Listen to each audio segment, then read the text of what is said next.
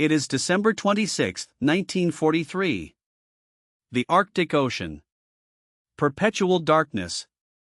Freezing spray turns to ice on the decks. And somewhere in this black void, two enemy warships are about to find each other. Scharnhorst was sunk by combined gunnery and torpedo attacks in the Arctic darkness. This is the last stand of the Scharnhorst. December 1943. Arctic Ocean, off North Cape, Norway. A battle is about to begin that will change the course of the war. On one side, Royal Navy, commanded by Admiral Fraser. Against them, Nazi Germany, led by Rear Admiral Bay. Both sides know what is at stake. To understand this battle, we need context. Scharnhorst sortied to attack an Arctic convoy to Russia. The Royal Navy was waiting. In the frozen darkness of the Arctic winter, the last German capital ship would fight and die. Royal Navy had assembled a powerful force. Battleship Duke of York, 1 cruiser, 4 destroyers. Nazi Germany was equally prepared. Battlecruiser Scharnhorst, 5 destroyers. The stakes could not be higher. A defeat here would be catastrophic for either side. Admiral Fraser studied the situation carefully. Every decision now could mean victory or disaster.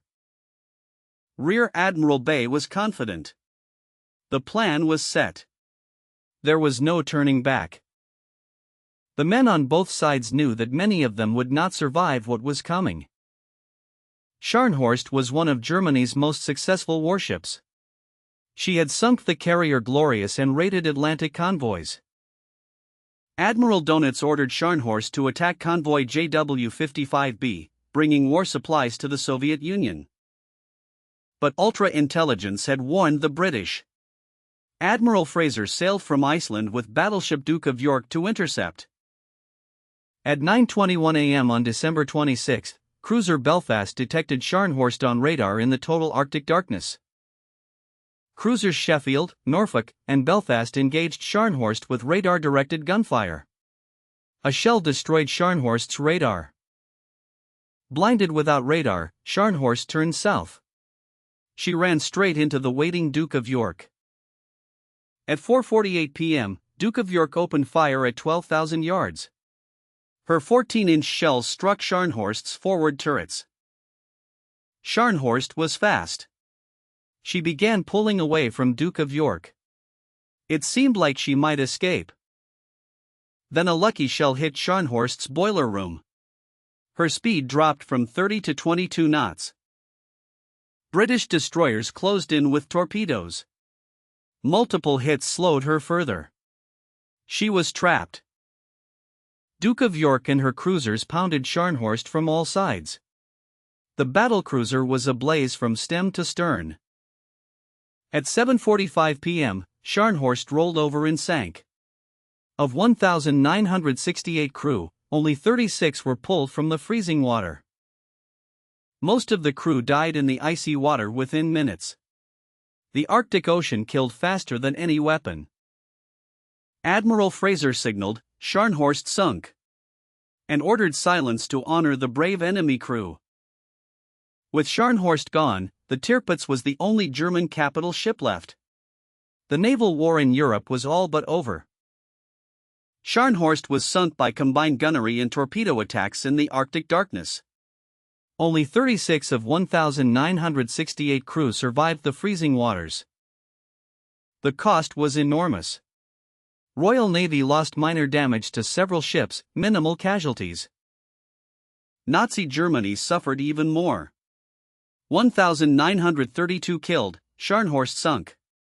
Only 36 survivors. When the news reached the capitals, the world understood that the war had changed. For the soldiers who survived, this battle would haunt them for the rest of their lives. The commanders on both sides would be judged by history for their decisions here.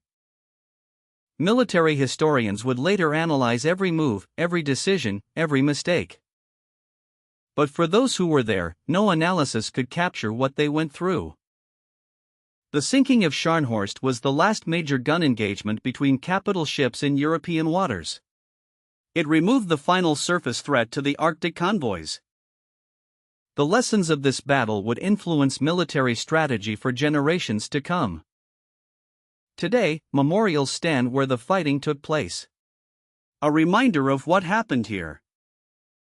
Books, documentaries, and films have told this story. But nothing compares to the reality. This was the last stand of the Scharnhorst. Scharnhorst was sunk by combined gunnery and torpedo attacks in the Arctic darkness. And the world was never the same. The events described here shape the world we live in today. The events described here shape the world we live in today. The events described here shape the world we live in today. The events described here shape the world we live in today. The events described here shape the world we live in today.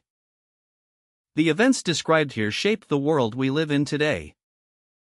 The events described here shape the world we live in today.